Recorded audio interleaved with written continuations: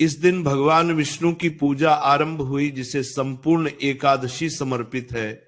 इस दिन का व्रत सुहृद दान धर्म, तुलसी पूजा और विष्णु की आराधना बहुत पुण्यदायी मानी गई है।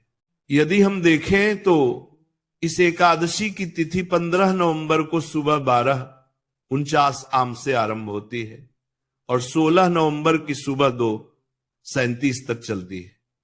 जो भक्त इस अवधि में उपवास रखते हैं, संकल्प लेते हैं, दिनचर्या बदलते हैं और विधि पूर्वक पूजा कर्म करते हैं, उन्हें कहा गया है कि वे जन्म जन्मांतर के पापों से मुक्ति पाते हैं तथा शांतिपूर्ण जीवन की ओर अग्रसर होते हैं।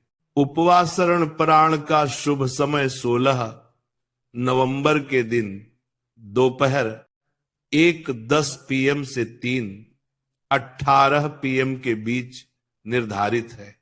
इसलिए जो व्रत आरंभ कर रहा है वह इस समय ध्यान दे कि उपवासादि विधि सही हो। इस व्रत की महिमा इतनी गहरी है कि पुराणों में कहा गया है, जैसे धरती पर अक्षय ऊर्जा का स्रोत इस दिन खुलता है, इसलिए भक्तगण इस दिन भजन कीर्तन करते हैं, विष्णु नाम का जप करते हैं, तुलसी की पूजा करते हैं और घर परिवार में शांति, धर्म, अर्थ व काम के मार्ग को दृढ़ करते हैं।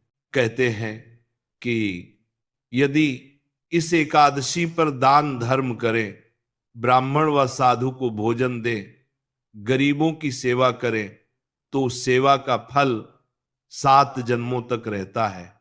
यही कारण है कि इस दिन व्रत पूजा सिर्फ व्यक्तिगत नहीं, समाज सेवा का भी अवसर है। तो प्रिय भक्तों, यदि आप इस उत्पन्ना एकादशी को इस तरह मनाएं, दिन की शुरुआत ब्रह्म मुहूर्त में स्नान से करें, तुलसी मूर्ति या विष्णु मूर्ति को शुद्ध जल से स्नान कराएं, पुष्पदाना घी दीप से आराधना करें, उपवास रखें, दान दें, अपनी भक्ति और आचरण से स्वयं को तैयार करें, तो निश्चय ही आपकी आत्मा में नवीन प्रकाश की किरण उपजती है। दिनचर्या सरल रखिए, मन शांत रखिए, नहीं तो मात्र उपवास रह जाता है। ये दिन आपको याद दिलाता है कि ईश्वर जागृत है यदि हम जागें। यही उत्पन्ना एकादशी